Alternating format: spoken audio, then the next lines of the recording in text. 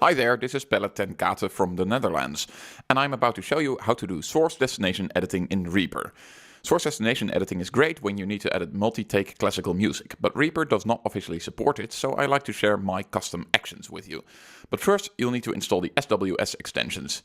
You can download the SWS installation package from the Standing Water Studios website. You can find it on the link below. When you have it installed, then you can import my custom actions. There's been multiple members on the Reaper forum having done earlier efforts for source destination custom actions, and as they inspired me for my own work, part of the credits should really go to them. So let me open up a recording I made recently. It's the little Badinerie by Bach in a funny performance by Whistler. So as you can see, I've got my markers, I've got 5 takes there. The bottom 2 are labeled beautiful and lovely beginning, so we'll probably be using those 2 the most in the final edit. These are the tracks. Got them set up. Let's focus on the A track, so we can actually see a bit better what we're doing, which is always useful when we're editing. These are the actions I created. There's actually 3. The bottom one is called Setup Source Destination. It's actually used only once to set up your destination project, which basically is an empty copy of your source project. So it has the same tracks, it has the same effects. This is what it's doing. It's quite a bit of magic. So let's take a look at the top action, which is called Edit, and that's exactly what it does.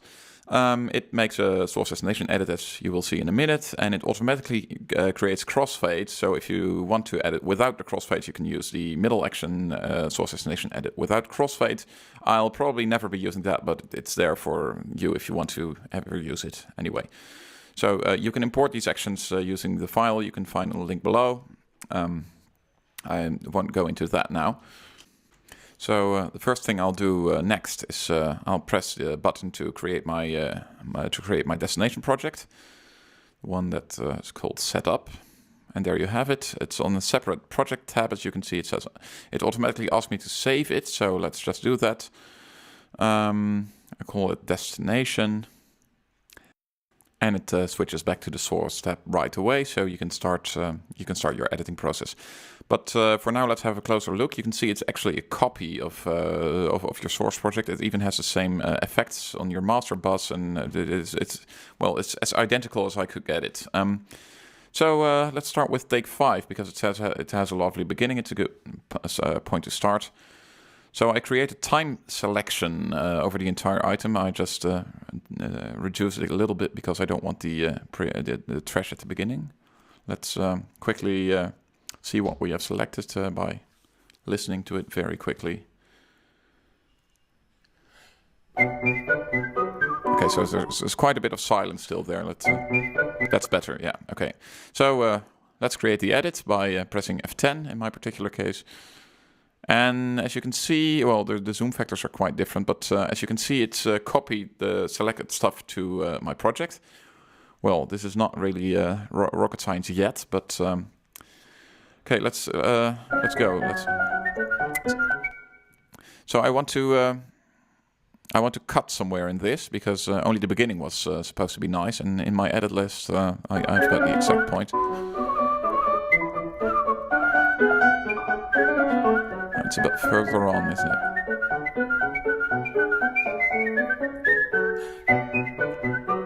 And this is where okay.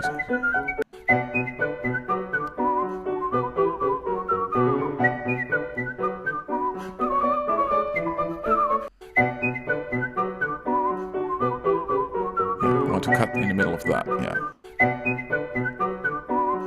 Right there, yes, this is where I want to cut. Okay.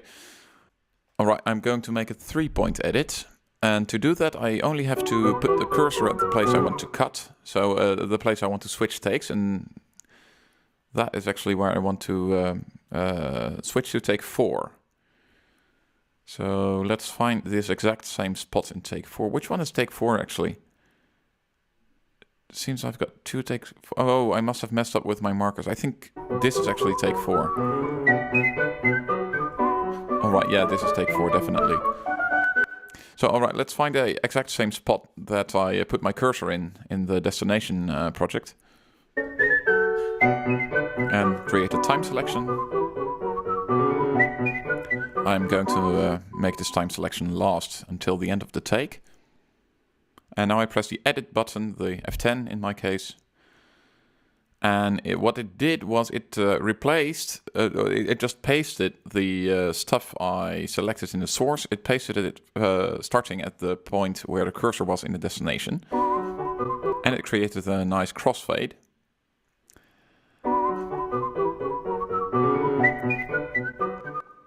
So this crossfade is actually nice because it's there because I specifically said I wanted to edit and not edit without the crossfade.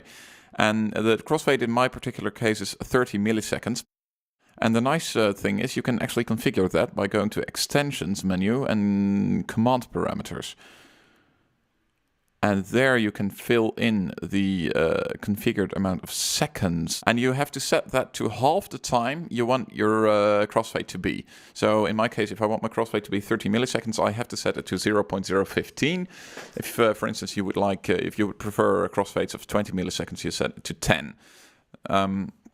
Right. So that's the story behind the crossfades. And there you have it. 3-point editing. So... let's have a look at 4-point editing, which is almost the same, but it's replacing a pre-selected area in the destination with something else. And instead of pasting at the cursor, we now use a time selection here as well. So this is the part that we want to replace.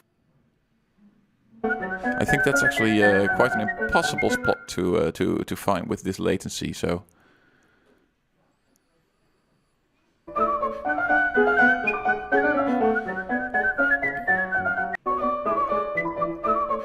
Yeah, I think this is better actually. I'll be able to find this in another take as well. Okay, lovely. So I'm going to, I've selected this as what I want to replace with the same passage from another take. So let me go to, well, let's say take 2. I think it's actually take 3, by the way, but whatever. Find the same passage. And yeah, so create a time selection for the same passage that I actually want to cut away. So let's see whether the edit points are actually correct. Oh, that's fine actually. Let's move it a bit more to the left. And press the edit button again when I'm done. I think the right hand side is fine. So this is what I'm going to replace with that. And by pressing the edit button, yeah, the magic just happened. As you can see, there's a crossfade on the beginning of the edit. Let's see what that sounds like.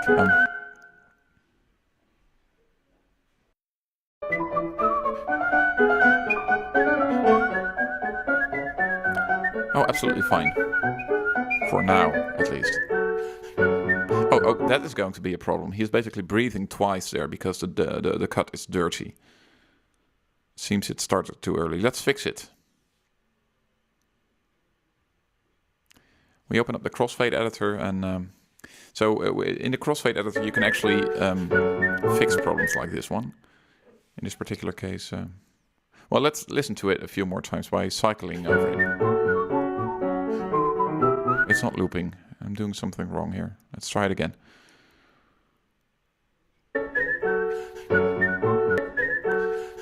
Okay, so now I'm going to jog the content knob, and you can actually see the content go from the right to the left. You see that?